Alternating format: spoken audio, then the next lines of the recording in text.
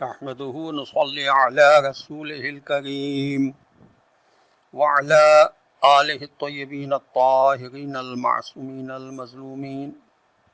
السلام علیکم ورحمۃ اللہ وبرکاتہ. اللہ تبارک و تعالیٰ کا شکر ہے کہ میں اس وقت کراچی سے تاج العلماء مولانا محمد نقی نجفی علی اللہ مقامہ کا پوتا علی احمد آپ کی خدمت میں سورہ مبارکہ انعام کی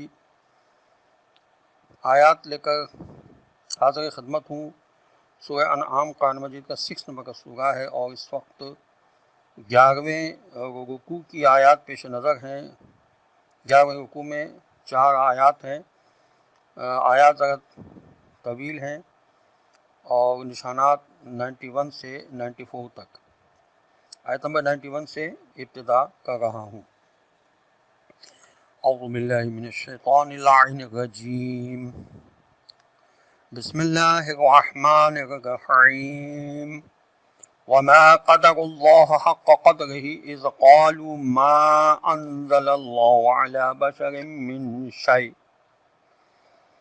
قل من أنزل الكتاب الذي جاء به موسى نورا وهدى للناس تجعلونه قراطيس تبدونها وتخفون كثيرا وعلمتم ما لم تعلموا أنتم ولا آباؤكم قل اللہ ثم ذرهم فی خوضهم یلعبون. ترجمہ: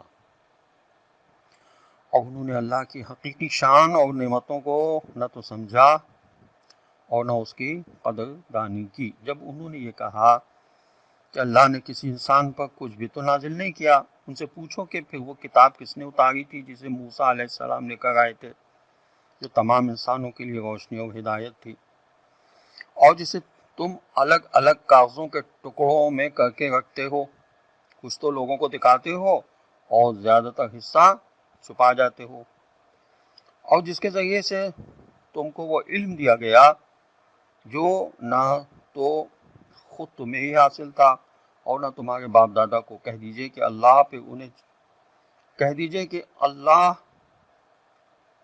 انہیں چھوڑ دیجئے تاکہ وہ اپنی بے تکی دلیلوں اور اعتراضات سے خوب کھیل کود مچاتے رہیں.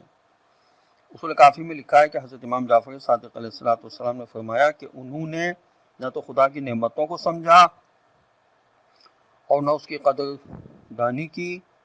خدا کی جتنی بھی تعریف کی جائے وہ اس سے اعظم ہی ثابت ہوگا. تفسیر تبیان میں لکھا ہے کہ انہوں نے اللہ کو اس کی واقعی شان کے ساتھ نہیں سمجھا، کیونکہ انہوں نے یہ نہ مانا کہ خدا نے ہماری ہدایت کے لیے کتاب اتاری ہے، اس لیے انہوں نے خدا کی قدر نہ کی. جیسا کہ حضرت صلی اللہ علیہ وسلم نے فرمایا کہ خدا کا وصف بیان نہیں کیا جا سکتا، بس جس قدر بھی خدا کی تعریف کی جائے وہ اس سے بہت بلند ترین ہے.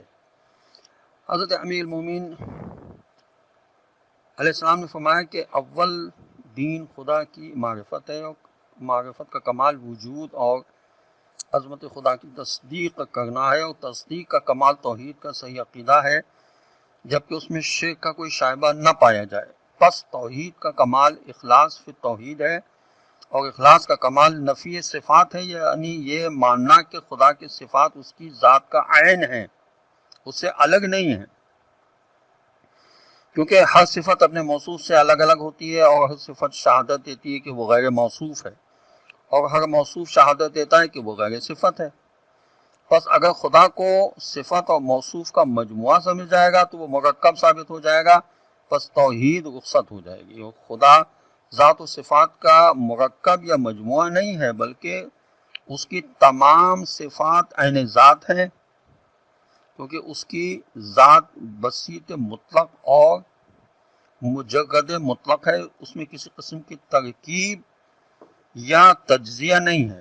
اس لیے جس نے خدا کی صفتوں کو اس کی ذات پر زائد جانا اور اس سے ذات و صفات کا مجموعہ سمجھا، اس نے خدا وحدہ لا شریک کے ساتھ ایک اور چیز ملا دی.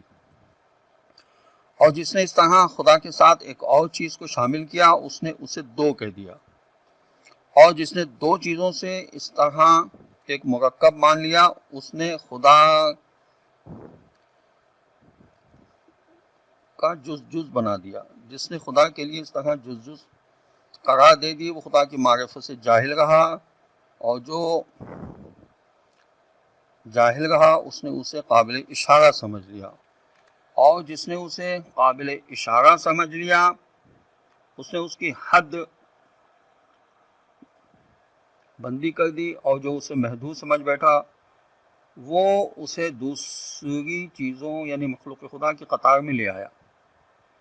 اور جس نے یہ کہا کہ وہ کس چیز میں ہے اس نے اسے کسی چیز کے اندر ضمن میں مان لیا، اور جس نے یہ کہا کہ وہ کس چیز پر ہے اس نے دوسری جگہ اس سے خالی سمجھ لی. وہ خود سے ہے وہ نہیں، وہ موجود ہے مگر عدم سے وجود میں نہیں آیا. وہ ہر شے کے ساتھ ہے، جسمانی اتصال کے ساتھ نہیں. وہ ہر شے سے الگ ہے، جسمانی دوری کے ساتھ نہیں. وہ فاعل ہے مگر حرکات و آلات کا محتاج نہیں ہے. وہ اس وقت بھی دیکھنے والا تھا جبکہ مخلوقات میں کوئی چیز دکھائی دینے کے قابل ہی نہ تھی. اور وہ یگانہ ہے اس لیے کہ اس کا کوئی ساتھی ہی نہیں جس سے وہ مانوس ہو، اسے کھو کر پریشان ہو جائے. یہ نہج البلاغہ میں توحید کے بارے میں مولا علی علیہ السلام کا بہترین خطبہ ہے، جس کی مثال کسی کتاب میں موجود نہیں ہے اور کسی نے اس طرح سے بیان توحید کو نہیں کیا ہے. آیت نمبر 92، وَهَذَا كِتَابٌ أَنزَلْنَاهُ مُبَارَكٌ مُصَدِّقُ الَّذِي بَيْنَ يَدَيْهِ وَلِتُنذِرَ أُمَّ الْقُرَى وَمَنْ حَوْلَهَا وَالَّذِينَ يُؤْمِنُونَ بِالْآخِرَةِ يُؤْمِنُونَ بِهِ وَهُمْ عَلَى صَلَاتِهِمْ يُحَافِظُونَ. ترجمہ: اور اسی کتاب کی طرح یہ بھی ایک کتاب ہے جسے ہم نے ہی اتارا ہے. یہ بڑی خیر و برکت والی ہے. یہ ہر اس چیز کی تصدیق کرتی ہے جو اس سے پہلے آئی ہے، اور یہ اس لیے اتاری گئی ہے تاکہ آپ صلی اللہ علیہ وسلم اس کے ذریعے سے بستیوں کے اس مرکز مکہ اور اس کے چاروں طرف رہنے والوں یعنی پوری دنیا والوں کو برائی کے انجام سے متنبہ کریں، اور ان سب کو بھی متنبہ کریں جو آخرت کو مانتے ہیں، اس کتاب کو بھی مانتے ہیں اور اپنی نمازوں کی پابندی کرتے ہیں. اس آیت میں حقیقتاً خداوند عالم نے یہ ثابت کیا ہے کہ بشر پر خدا کا کلام نازل ہو سکتا ہے، اور عملاً ہوا بھی ہے. پہلی دلیل تو پچھلی آیت میں یہ دی کہ حضرت موسیٰ علیہ السلام پر توریت نازل ہوئی، اور کیونکہ جواب یہودیوں کو دیا جا رہا ہے اس لیے اسی کتاب کو دلیل میں پیش فرمایا ہے جس کو وہ خود خدا کی کتاب مانتے ہیں. قرآن کی صداقت پر کچھ دلائل بھی موجود ہیں جو قرآن کی شکل میں جیسے حضرت محمد مصطفیٰ صلی اللہ علیہ وسلم پر نازل ہوا، اس بات کو ثابت کرنے کے لیے کہ یہ قرآن خدا کا کلام ہے. دو دلیلیں پیش کی گئی ہیں. نمبر ایک، یہ کتاب بڑی خیر و برکت والی ہے، یعنی اس میں عالم انسانیت کی فلاح و بہبود کے لیے بہترین اصول پیش کیے گئے ہیں. اس میں بھلائیوں اور اچھے کاموں کا حکم بھی ہے اور ترغیب بھی ہے، پاکیزہ زندگی گزارنے کی ہدایت بھی ہے، اور جہالت، خود غرضی، تنگ نظری، ظلم اور فحاشی بلکہ ہر قسم کی برائی سے روکا بھی گیا ہے. دوسرا ثبوت اس کتاب کی صداقت کا یہ ہے کہ یہ کتاب پچھلی آئی ہوئی خدا کی کتابوں سے ہٹ کر کوئی مختلف پیغام نہیں پیش کرتی بلکہ پچھلی ہدایتوں کی تائید کرتی ہے. تیسری یہ کہ یہ کتاب اسی مقصد کو لے کر نازل ہوئی ہے جو مقصد ہر زمانے میں اللہ کی طرف سے آنے والی کتابوں کا رہا ہے، یعنی خدا و آخرت سے غافل لوگوں کو چونکانا اور برے کاموں کے برے انجام سے باخبر کرنا. چوتھی دلیل اس کتاب کی صداقت کی یہ ہے کہ اس کتاب نے ان لوگوں کی بالکل تائید نہیں کی جو دنیا پر حکمرانی کر رہے تھے اور اپنی خواہشات کے بندے تھے، بلکہ اس کتاب نے ان لوگوں کو اپنے گرد جمع کیا جو پاک سیرت اور حق کے متلاشی تھے. کیا یہ نتائج کسی ایسی کتاب کے ہو سکتے ہیں جسے کسی جھوٹے معاذ اللہ نفس پرست انسان نے از خود گھڑ لیا ہو؟ اس کو خدا کی کتاب بنا کر پیش کرنے کی مجرمانہ کوئی جسارت نہیں کر سکتا. یہ تفہیم القرآن میں علامہ مودودی صاحب نے لکھا ہے، اور تفسیر بیضاوی میں لکھا ہے کہ مکہ کو ام القریٰ اس لیے کہتے ہیں کہ وہ بستیوں کا مرکز ہے. بعض نے کہا اس لیے ام القریٰ کہتے ہیں کہ مکہ ہی سے ساری روحانی پرورشوں کا سامان ہوا. بعض نے لکھا کہ قدیم جغرافیہ کے اعتبار سے مکہ آباد دنیا کے وسط میں تھا۔ بعض نے لکھا کہ یہ شہر دنیا کی تہذیبوں کا سنگم تھا، اور اس کے ارد گرد جو آبادی ہے اس سے مراد ساری دنیا ہے۔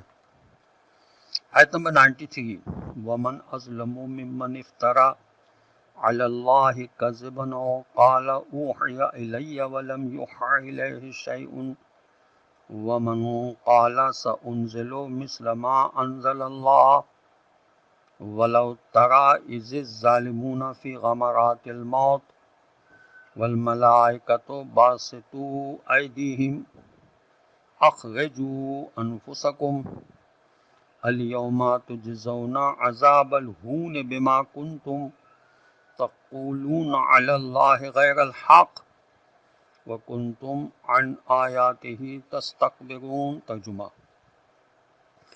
اور اس سے بڑا ظالم اور کون ہوگا جو اللہ پر جھوٹی تہمت لگائے یا کہے کہ میری طرف وحی اتری ہے جبکہ اس پر کوئی وحی نہ اتری ہو، یا جو یہ کہے کہ میں عنقریب ایسی ہی چیز اتار کر دکھا دوں گا۔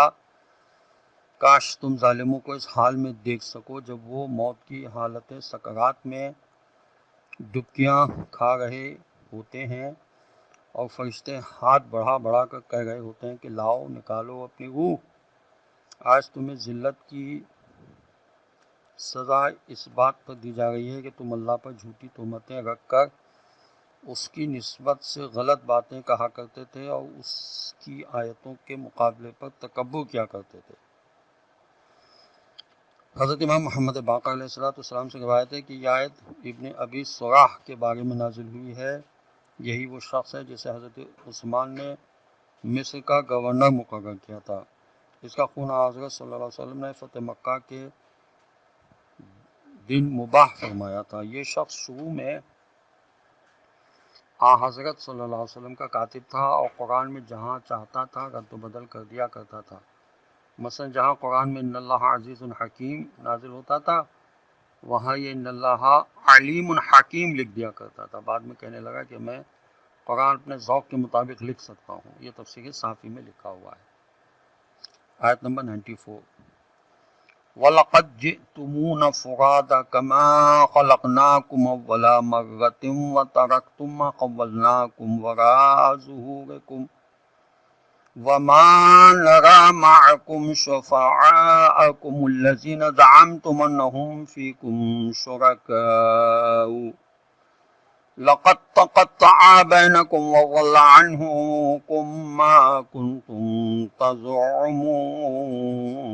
ترجمہ: اب اللہ فرمائے گا تو تم اب ہمارے پاس اکیلے ہی آئے ہو جیسے کہ ہم نے پہلی بار تم کو پیدا کیا تھا، اور جو کچھ ہم نے تمہیں دنیا میں دیا تھا وہ سب کا سب تم پیچھے چھوڑ آئے ہو، اور اب ہم تمہارے ساتھ تمہارے ان سفارشیوں کو بھی نہیں دیکھتے جن کے متعلق تم سمجھتے تھے کہ وہ تمہارے بارے میں ہمارے ساتھ شریک ہیں۔ اب تمہارے ایک دوسرے سے تمام تعلقات اور رابطے ٹوٹ گئے، اور جو کچھ کہ تم غلط خیال کیا کرتے تھے وہ بھی تمہارے پاس سے گم ہو گئے۔ الخرائج میں لکھا ہے کہ جب حضرت صلی اللہ علیہ وسلم نے یہ آیت حضرت فاطمہ بنت اسد سلام اللہ علیہ والدہ حضرت علی علیہ السلام کے سامنے تلاوت فرمائی تو انہوں نے فرمایا ہائے خرابی، کیا خدا کے حضور ہم برہنہ محشور ہوں گے؟ کیا خدا کے حضور ہم برہنہ محشور ہوں گے؟ پھر حضرت صلی اللہ علیہ وسلم نے ان کے لیے خدا سے دعا فرمائی کہ خدا بندہ ان کو کفن کے ساتھ محشور فرمانا۔ خدا نے دعا قبول فرمائی۔ تفسیر قرطبی اور تفسیر روح المعانی میں لکھا ہے کہ حضرت امام جعفر صادق علیہ السلام نے فرمایا، یہ اصول کافی میں لکھا ہے کہ تم لوگ اپنی میتوں کو اچھا کفن دیا کرو کیونکہ تم اپنے کفنوں میں اٹھائے جاؤ گے۔ اور تفسیر قرطبی اور تفسیر روح المعانی میں یہ لکھا ہے کہ معلوم ہوتا ہے کہ کافر قیامت میں برہنہ محشور ہوں گے۔